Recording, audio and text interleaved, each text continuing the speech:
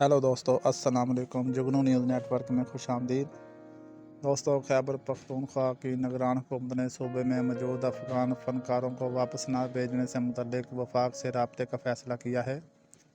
जुम्मे को निगरान काबीना के इजलास में फ़ैसला हुआ था कि अफ़गान फ़नकारों को डिपोर्ट होने से रोकने के लिए वफाकी हुकूमत से सिफारिश की जाएगी।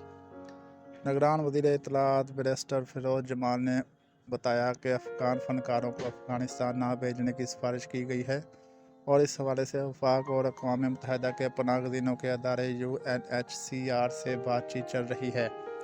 उन्होंने कहा कि इसमें ऐसे अफराद भी शामिल हैं जिनकी जान को अफ़गानिस्तान में ख़तरा है। ऐसे तमाम अफराद की फ़हरिस्त तैयार की जा रही है। वाज़ेह रहे कि अफ़गान फ़नकारों की जानिब से पेशावर हाई कोर्ट में पाकिस्तान से ना निकालने की दरख्वास्त भी ज़ेर समाअत है।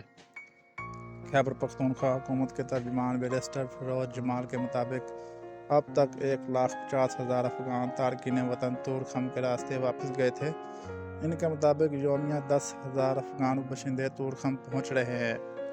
उन्होंने मज़ीद बताया कि 1 नवंबर से अब तक 117 गैर मुल्कियों को डिपोर्ट किया गया है, जबकि पंजाब से भी 2 गाड़ियों में 84 अफ़गान बशिंदे डिपोर्ट किए गए हैं।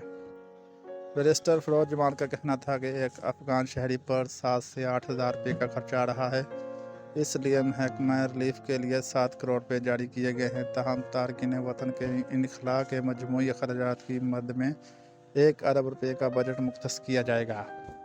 दोस्तों, इसके साथ ही वीडियो का एंड हुआ। वीडियो अच्छी लगी हो तो लाइक और चैनल को सब्सक्राइब लाजमी करें ताकि मज़ीद आने वाली वीडियो आपको बर वक्त मौसूल होती रहे। शुक्रिया। अल्लाह हाफ़िज़।